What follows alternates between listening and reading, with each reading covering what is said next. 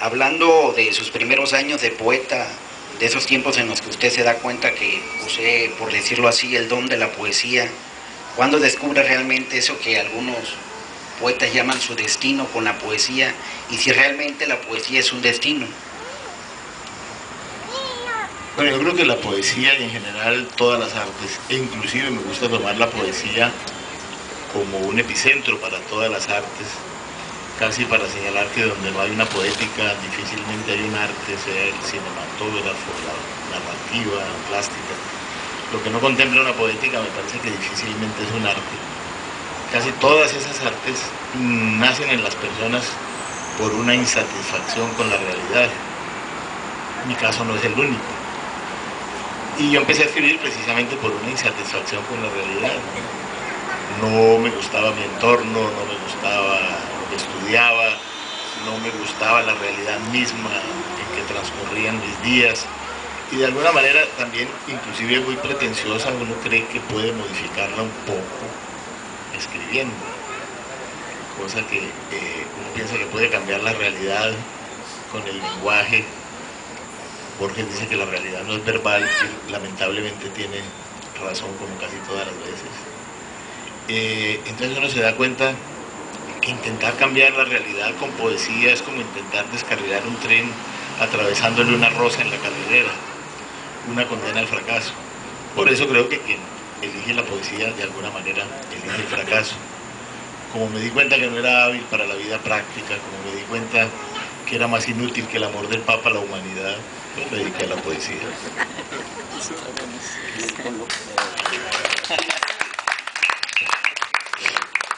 Con lo que dice, entonces la poesía no transforma el entorno social, no es para usted la poesía para las masas. Yo creo que la poesía transforma de una manera muy elusiva, no es de una manera directa como se le pide. Y ese servicio social, como si la poesía tuviera que ser la cruz roja del espíritu, me parece que es una petición un tanto absolutista y exagerada. Si no se le pide a la filosofía, si no se le pide ni siquiera casi a la ideología, pues a la poesía debería dejársele un reino transformador que es de un orden no tan evidente. Cuando Rubén Darío, que era curiosamente en un hecho sin igual, era cónsul de Colombia sin ser colombiano sino nicaragüense en Chile, publica su libro Azul, al poco tiempo, sin que tuviéramos internet ni los medios tecnológicos que tenemos, al poco tiempo era leído en toda América Latina y en España, a tal punto que hay una expresión muy bella de Alfonso Reyes sobre el modernismo y sobre Rubén Darío, que dice que el modernismo nuestro fue un devolverle las carabelas a España cargadas de un nuevo sentido de la lengua. La poesía en español no volvió a ser la misma después de Rubén Darío. Sin embargo, los francotiradores del inmediatismo político lo acusaban a Rubén Darío de ser un evasor de la realidad, porque Rubén Darío pasaba por un gallinero de Nicaragua y no veía gallinas sino cisnes, porque pasaba en medio de indígenas, chorotegas, desdentadas, en la pobreza, y veía princesas de una corte de Versalles, con lo cual estaban condenando la imaginación. Estarían condenando al Quijote por ver gigantes donde habría molinos de viento, y estarían condenando al Quijote cuando ve en los rebaños de ovejas un ejército. ¿No será más bien que es una metáfora para mostrar la obediencia ovejuna y asquerosa de los ejércitos? De manera que el pedirle como un cambio inmediato y que sea la poesía realizada para las masas, generalmente ha producido unos bodrios espantosos. Una poesía de puño cerrado, una poesía limítrofe con el exceso ideológico, que inclusive en grandes poetas como Neruda son fallidos. No con eso quiero condenar la poesía política, estaría condenando a Dante, que mete a los papas en el infierno directamente, casi en un hecho panfletario. Estaría condenando la altísima poesía de España, aparta de este cáliz, de César Vallejo, los poemas de la resistencia de René Char, los poemas de Nassim Hikmet, escritos en presidio, perseguido por las dictaduras turcas. Estaría condenando, como lo hacen habitualmente desde una orilla, desde un margen derecho, a la poesía política. Yo no la condeno. Lo que digo es que lo que es ya, ustedes han oído una canción que se llama Pachito Eche, que dice ya lo voy a decir, ya lo voy a decir.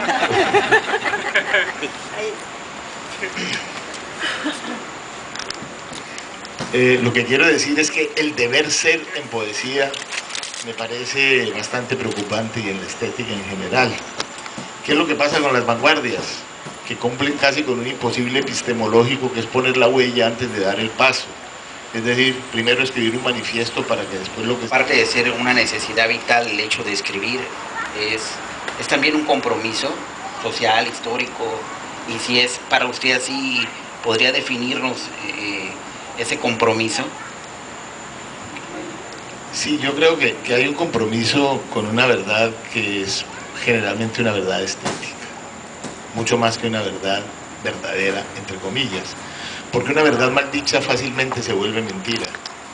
En cambio, una verdad estética es aquella que a partir de la ficción, inclusive aparentemente distante de la realidad, crea un hecho tan contundente que se vuelve verdadero.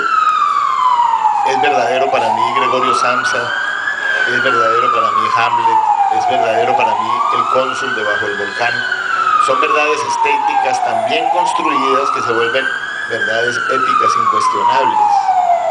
De manera que yo creo que sí hay un compromiso, pero es un compromiso con el lenguaje, con el rango estético, con la preocupación por que el qué decir esté bien expresado, porque el qué decir y el cómo hacerlo estén en yunta, y me parece que ahí hay un compromiso. Yo creo que esa es una viejísima discusión, muy cacareada, si hay que tener un compromiso político. De hecho, yo lo tengo personalmente en mis actividades cotidianas, lo tengo, lo manifiesto, pero pienso que no necesariamente eso tiene que permear de una manera ideologizante a la poesía.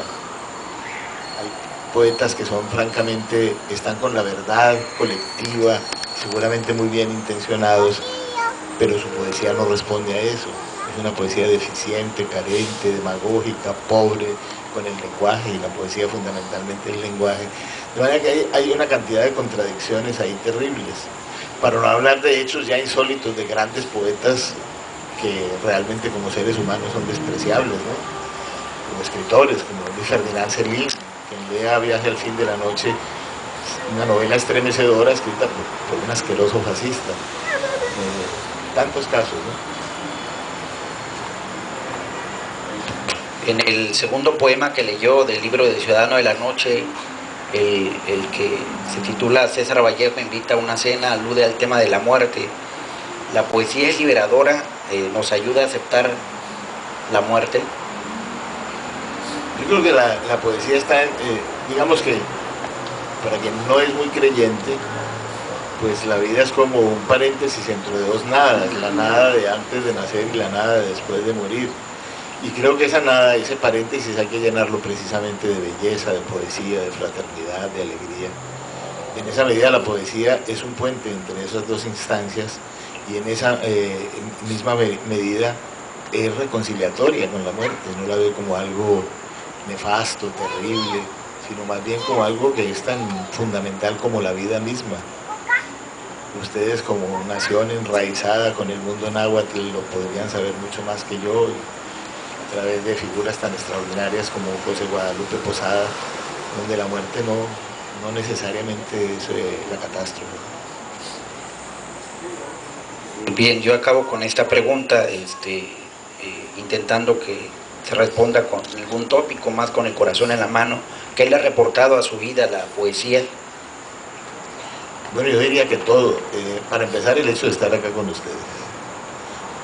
Por una sumatoria de equívocos, ha habido un reconocimiento a lo que yo escribo, y eso ha permitido que yo esté acá en este momento. Para mí la poesía ha sido más que un género literario, una prótesis, una manera para andar por el mundo, es una forma de respirar.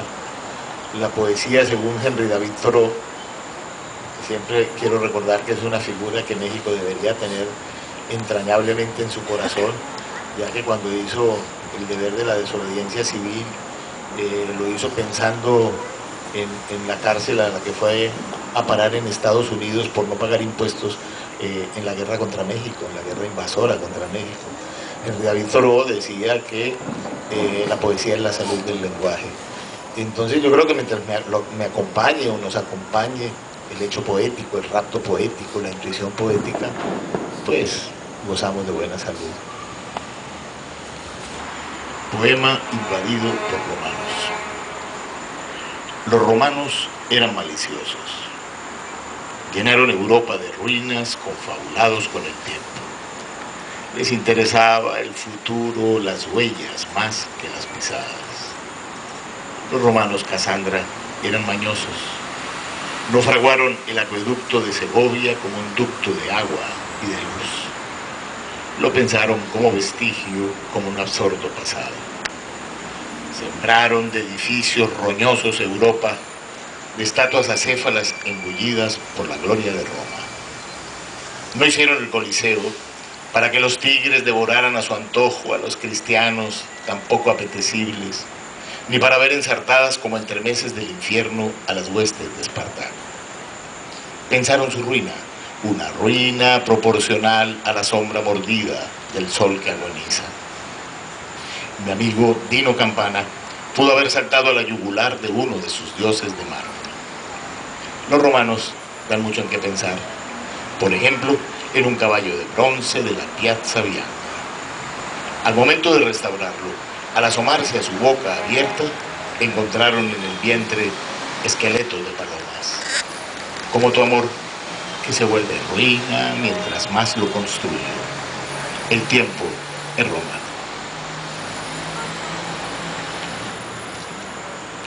Biografía de nadie. Es notable la gloria de nadie. No tuvo antepasados bajo el sol, bajo la lluvia, no tiene raigambre en oriente ni occidente. Ni hijo de nadie, ni nieto de nadie, ni padre de nadie, pequeño cónsul del olvido.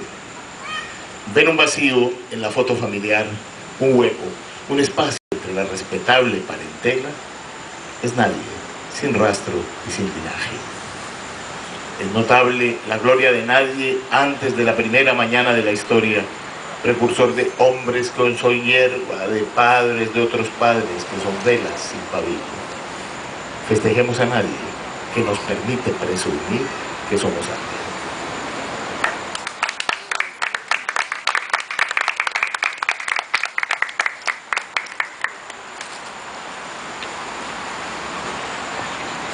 De Ciudadano de la Noche, César Vallejo invita a una cena. César Vallejo invita a sus amigos a una cena. Se pide ser puntual, traer pan y no usar collares de granizo.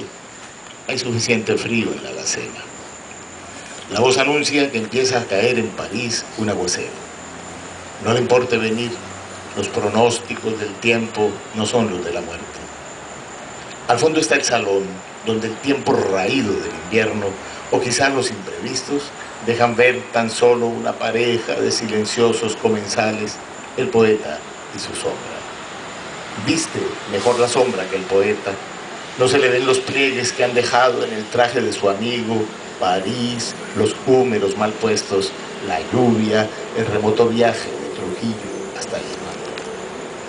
César Vallejo invita a sus amigos a una cena. Se pide ser puntual, traer vino y no olvidar en casa su nómina de huesos. Hay suficiente espacio en su silencio. La voz se hace más meliflua en la radio, la voz que invita a los amantes a cubrir de otra piel su desnudez. Al fondo de la noche, César Vallejo dibuja en los restos del café, en su oscuro sedimento, al diluido hermano de juegos que tiene en el fondo del pocillo los rasgos de la muerte. Es otro juego al que regresa con su hermano Miguel. La muerte, como los niños, escamotea cuerpos cuando juega al escondite. Por algún recodo de la noche, Vallejo busca a su hermano en salones y zaguanes de otro mundo.